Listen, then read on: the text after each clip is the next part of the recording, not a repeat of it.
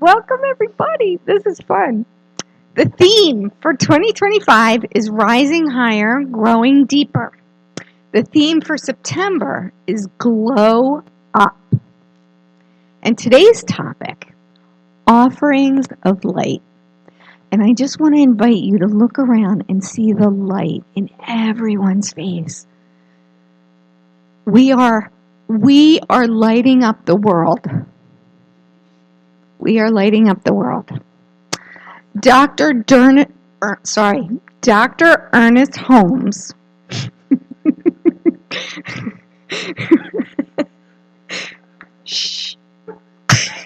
wrote in The Principle of Immortality. Here is one of his passages.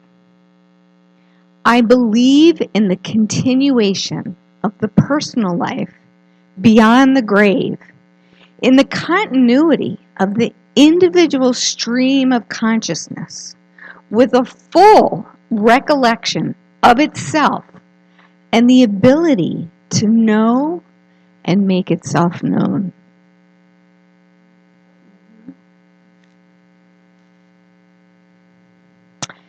And here's another passage on immortality by Dr. Holmes. Everyone is an incarnation of eternity, a manifestation of the infinite. No one need prepare to meet God. We are meeting God every day in each hour of every day.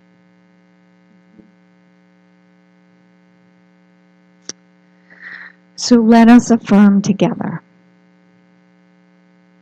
My eternal life is now. When is it? Now. Yes. Thank you. And now I want to welcome the amazing, beautiful. I can't go on because there's too many words. Dr. Reverend Kathleen.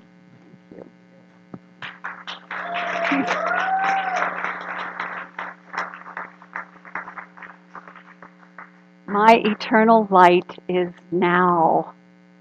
My eternal light is now.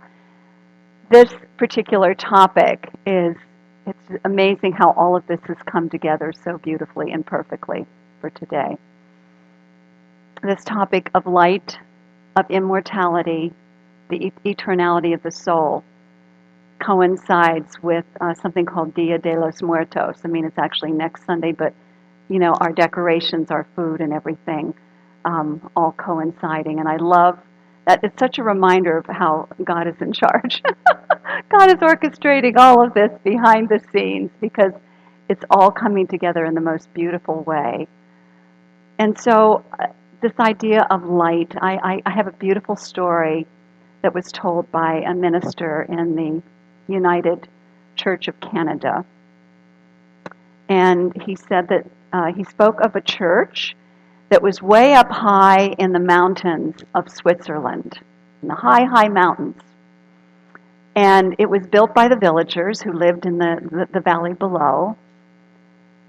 And each Sunday evening, they would go for worship, and something really magical happened for the people who were on the mountain opposite the other mountain, where the church was, who were able to observe what was going on. And so let us take that perspective of the people who are on the mountain watching what's happening. So the evening it comes. It's still a little bit light. The villagers start making their way up to the church, and as each enter, they take lanterns with them. They light the lantern because there were no switches or no lights, no electricity in this church. It was just so high up. So they take their lanterns with them. They walk in, light their lantern, and hang it on a peg on the wall. And so all around the room, there are little by little pegs of light that are taking place. Again, take the perspective of someone on the opposite mountain. So the service proceeds, and then it comes to an end. And pretty soon, from the observer's perspective, this beautiful illuminated church begins spilling out down and over the mountains as everybody walks home. And what struck me about that is, isn't that what we do here every Sunday? Every Sunday we bring our light. We may not hang it up on the wall. We bring it with us. Illuminate the room with our presence as we listen to the Word, as we pray and listen to spiritual truth and sing and gather together and connect with one another. Our lights become, I'm seeing them becoming even brighter, so illuminating the entire room. And then, as we go, as we move on, as we leave the building, we're taking this inner radiance with us back into our lives and blessing everyone that we touch.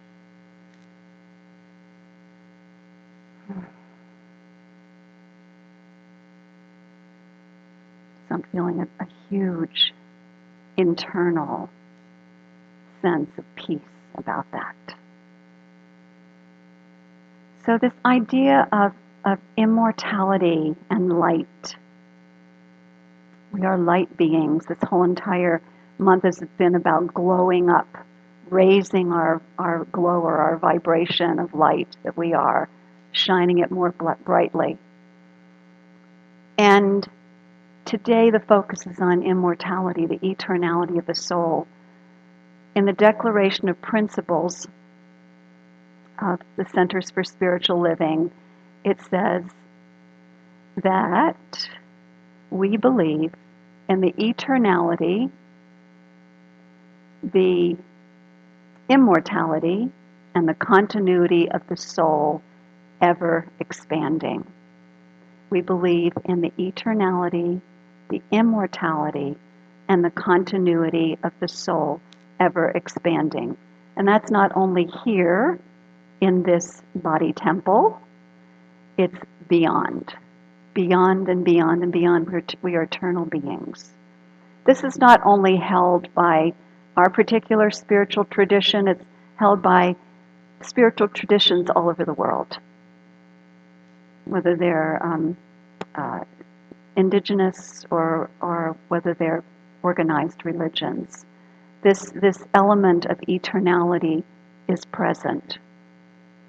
Jesus said something really powerful on this topic, and sometimes it takes a little bit of contemplation and interpretation, but he said, "In my Father's house there are many mansions."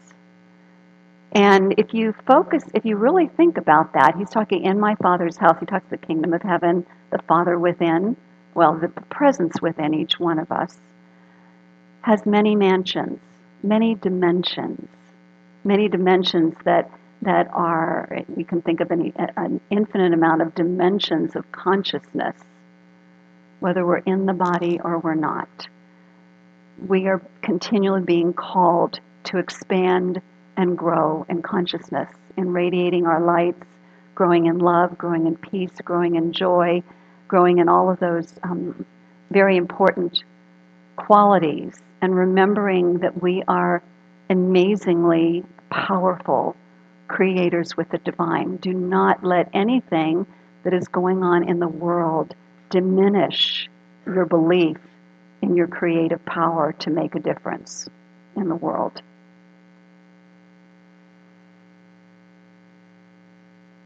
So in the Mexican culture, the belief is that at the time of death, the soul returns to the eternal house, or we could say mansion, of God.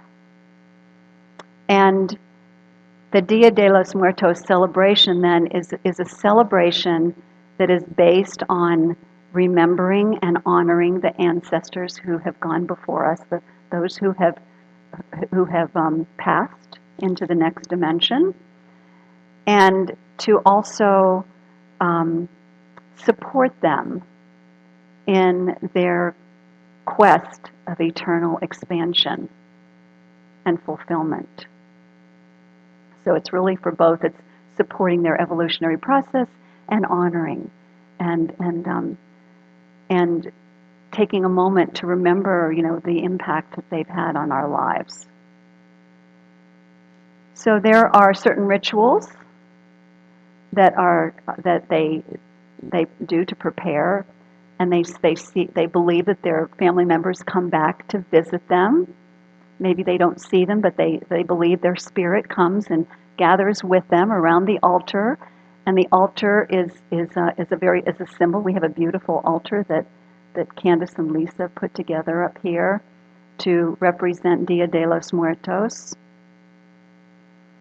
So the altar, the offerings that are on the altar, and the light on the altar all have very significant meanings and symbols to them. Notice that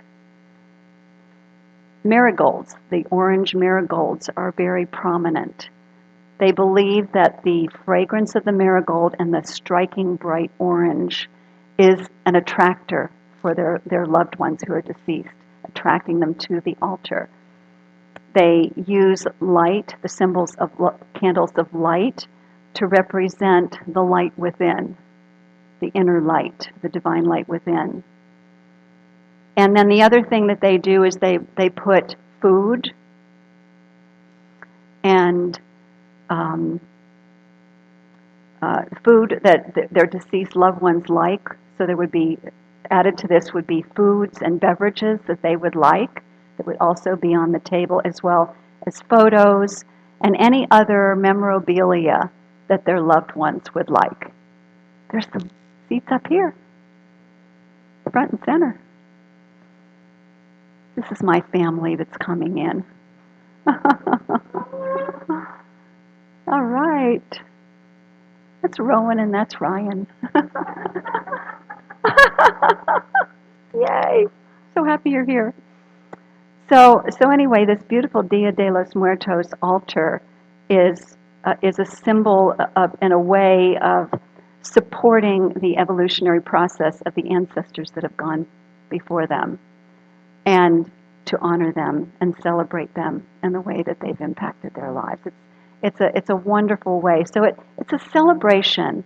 It's a time of upliftment and dancing in the streets and all other kinds of things that they do to support that. And the thing that I think is so lovely is this spiritual tradition honors all spiritual paths. We say many paths, one divine presence. And so here we have the Mexican celebration, and also there's the Diwali that we talked about last Sunday, the Festival of Lights, also again honoring the light within, because we truly understand that we truly try to embrace that there are many different ways that people can achieve this thing called enlightenment, this thing called self-realization.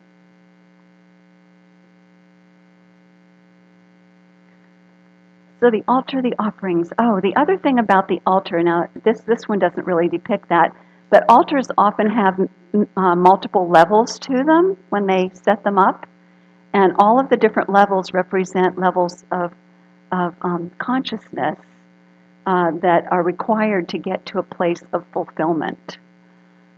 And so that's another piece that I think is really important. In the Science of Mind teachings, we talk about 4 levels of consciousness, and we also say that you don't like just jump to one and hang out there and never go back to the other ones. We talk about it. It depends on what's going on in our lives and what is still going on in our subconscious mind in terms of how we react. But the 4 different levels that we teach are victim consciousness. That's a belief that life is happening to me. It's a state of feeling powerless to make a difference in our lives. And as we begin to wake up, we move up to the architect or manifester. That's when we begin to realize that we can make a difference in our lives. We can use a universal law where our thoughts, our ideas become manifest things in our lives. So that's the architect consciousness. And then as we continue to evolve in consciousness, We believe that life, spirit, God, whatever you want to call it, is happening through me. So inspiration comes that way. And I was thinking immediately of people who are in the artistic fields who see themselves almost as a channel of this inspiration, channel of new ideas. And then the final stage is the divine as me. It's what Christ and Buddha attained. They attained this enlightened state where they understood, I am that I am. I am that I am. Each individual is that I am. We're all individuals of the one life, individualizations and uniquely expressed of the one life.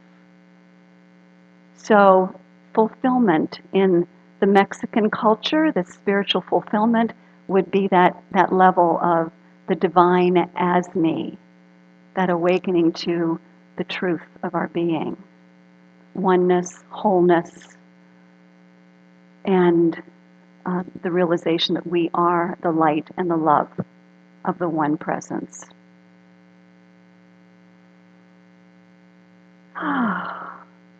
Offerings, candlelight. The mystics of all the great world traditions, and that includes the indigenous cultures, have experienced something called illumination, an experience of light. I've had an experience at least once, actually a couple times. One time I was hiking on the mountains in Switzerland. It's interesting, we have a story about Switzerland. And all of a sudden everything became very bright. And I had this huge rush of energy and joy that moved through me. It was really powerful. It's like I could see everything was light. Everything was light. And it was so powerful, it stayed with me to this day. And it's something that's continued to move me forward in understanding that we are so much more, as that beautiful song was, so much more than flesh and so much more than time. We are these amazing, luminous beings of light. The thing that's beautiful about this is the great mystics who pretty much say the same thing. We're eternal beings. That we are light beings, and so on.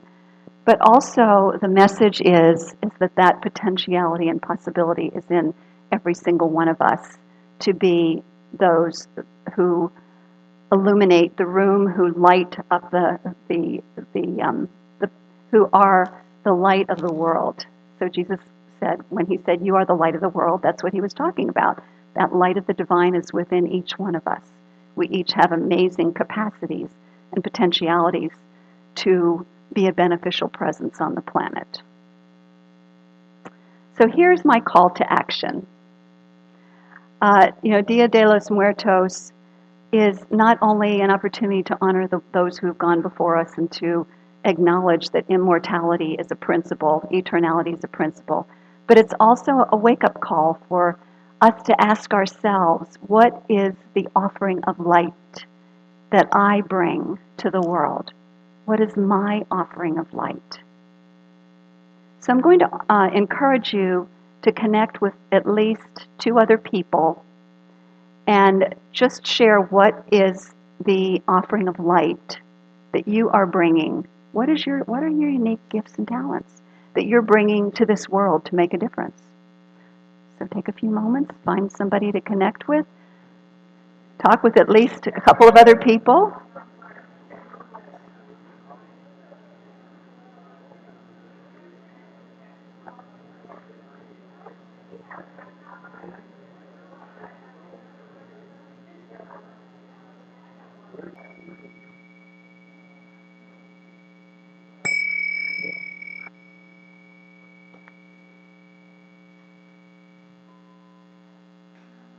So we don't have to attain or achieve immortality or eternality. That is our truth now.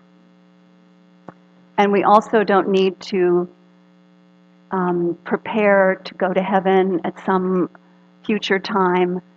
Heaven, we teach heaven is a state of consciousness, of illumination that we cultivate now. something we could, yes, I'm hearing a yes. And anybody else say yes? Yes, okay. It's something we cultivate now. So I'd like to leave you with this beautiful quote by Ernest Holmes.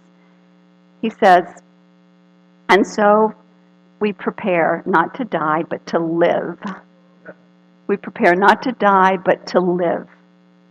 The thought of death should slip away from our consciousness altogether, and when this great event of the soul takes place, it should be beautiful, sublime, a glorious experience." And so it is. Thank you, my beloveds.